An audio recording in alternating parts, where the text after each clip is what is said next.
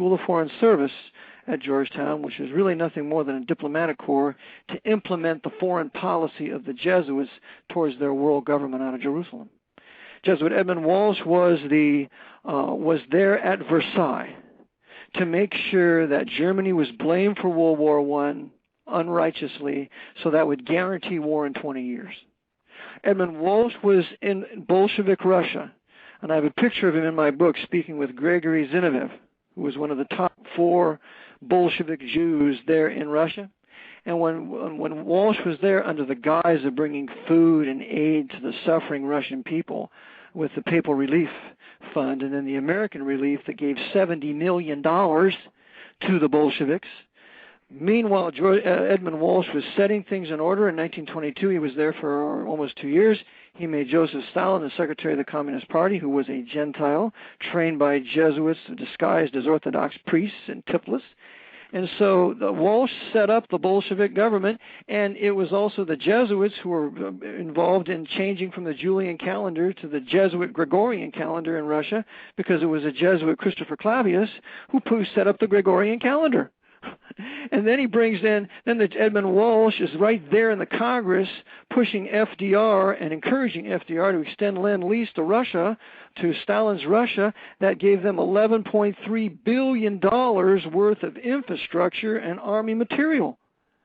Further, Jesuit Edmund Walsh was with FDR in the White House when, in 1933, very shortly after he took office, one of the first things he did was recognize Soviet Russia, so all of the Pope's manufacturers and major industries on Wall Street could extend credit and loans and build Soviet Russia. So Walsh was the man behind it. Walsh was the master of FDR. And so as we look at the power of the Jesuits at Georgetown, we see that Carroll Quigley was part of that. He got a $1,500 loan from Edmund Walsh. He fawned over Edmund Walsh. And in his book, Tragedy and Hope, he only mentions the Jesuit order one time on one page. Other than that, he blames it all on the Anglo-American conspiracy, which is true. The Jesuits have hijacked the British government since King George III, and they've hijacked our government since they assassinated Lincoln. But it doesn't end merely with the Anglo-British royal families and empires, because the Jesuits control us. Okay, so his book, Tragedy and Hope, would be really something to not even really study? No, you want to study it. No, you want to study it, and you want to see all the Anglo connections. Who are these Englishmen and American royal families in charge? But you want to take it one more step and show that these men are either high-level Freemasons or Knights of Malta, subject to the Jesuits. Well, this is why you're on the show, Eric, is because a lot of people who are talk show hosts or who are authors of books don't cover the Jesuit, the Knights of Malta. They only scratch the surface of what is the most obvious, of what people can see just before their eyes anyway. So it's good that you're clarifying this. And I do recommend other works, like the Birch Society. They put out some very good things, but it always goes to blaming the Jews, blaming the Rothschilds, where they look favorably on Pedro Arrupe, and like Gary Allen's None Dare Call Conspiracy. He quotes Pedro Arrupe as an enemy of this world conspiracy. So the Birch Society, even though on a low level, does some right fact accounting, like Stormer's None Dare Call It Treason. In the end, when it comes to who done it or who's in charge, they never go to the Vatican or the Jesuit order. Speaking of the Rothschilds, you mentioned Evelyn Rothschild is rumored to be the richest man in the world. A lot of people say that he possesses half of the world's wealth at an estimated $500 billion, and the Queen of England is rumored to be astronomically wealthy. Where does the Jesuit order factor into the world's wealth? The Jesuit order rules the world's wealth because it controls all the bankers. And the primary bankers are white and Gentiles. The subordinate bankers are Jews, like the Rothschilds, the Sassoons, the Schiffs, and so on. We never hear of the bankers like Felix Larkin, like a few others that are Montague Norman, Hjalmar Schacht during World War II. They're all white and all Gentiles, and much more wealthy than the Rothschilds. So These white Gentiles who are Knights of Malta and high-level Freemasons are the most powerful bankers because, according to Luke 21:24, we're living in the times of the Gentiles. And Jerusalem would be trodden down by the Gentiles until the times of the Gentiles be fulfilled. So when the times of the Gentiles are fulfilled, that's when the Lord Jesus Christ returns, and he establishes the Davidic kingdom in power that he first sought to establish when he came the first time. So as long as we're under the times of the Gentiles, Gentiles will control the banking, they will control academia, they will control the politics, they will control the religion until the Lord returns. And the Jews involved are nothing more than the Pope's court Jews. Okay, I do understand that the Knights Templars were the originators of central banking, international banking, and that they did place Jewish figureheads in the role to keep that solidified and keep it running while they were, continuously being pirates and confiscating other boats and expanding their empire. Is that correct? Right, and also to keep it look like it's the Jews running the finances. That's why the Jesuits in control of their Federal Reserve Bank always have a Jew that's the head of the Federal Reserve Board.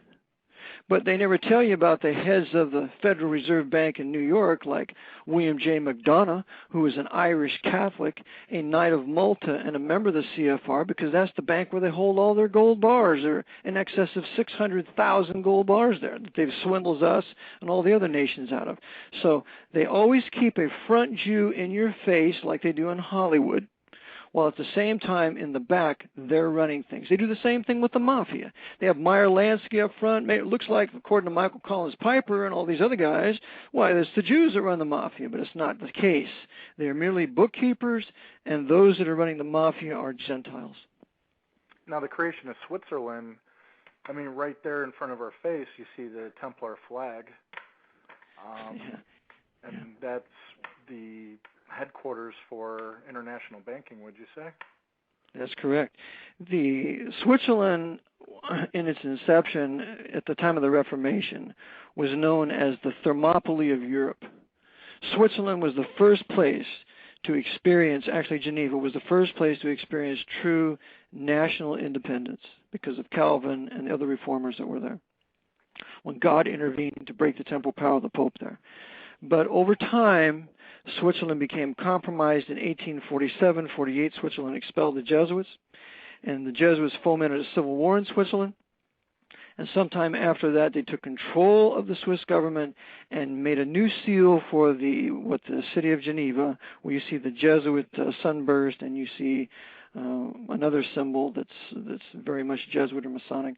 So yes, Switzerland today, and has been since probably the turn of the 19th century, the banking haven for the Vatican. And why is it that they're always considered neutral during world wars? Is it to keep that intact without having any damage done to it? That's right, to keep it from being invaded. And that's where lots of the Pope's gold, when he stole it out of Europe from the Jews and from the Orthodox and from the Protestants, much of that gold wound up in Swiss banks. Vatican rat lines, right? That's correct. The Vatican rat lines, which one author calls it Odessa, but it's really the Vatican rat lines overseen by the Jesuits. In fact, there's a book written in German called Flight from Nuremberg. And in that book, the author, Werner Brockdorf, tells us that it was the Jesuits who were working the Brenner Pass to bring in the high Nazi officers out of Austria, out of what would be then Eastern Europe, down through the Brenner Pass into Italy, and then to be sent to Egypt and Syria and U.S. and South America. But the Jesuits oversaw it all through Bishop Udall. And Bishop Udall was a Knight of Malta. What's the difference between a Knight of Malta and a Knight of Columbus? Knight of Columbus, they were started in 1882, and their headquarters is in New Haven. And it's very intriguing that the Jesuits would establish their Knights of Columbus in New Haven, which was also the headquarters for Skull and Bones prior to that, at Yale. So the Knights of Columbus are merely the hatchet men. They're the soldiers for the Jesuit order. They're the ones, the men of the fourth vow, are willing to carry out the Jesuit oath to kill whoever the Jesuits determine they want to have killed. Now, the Skull and Bones organization, the Brotherhood,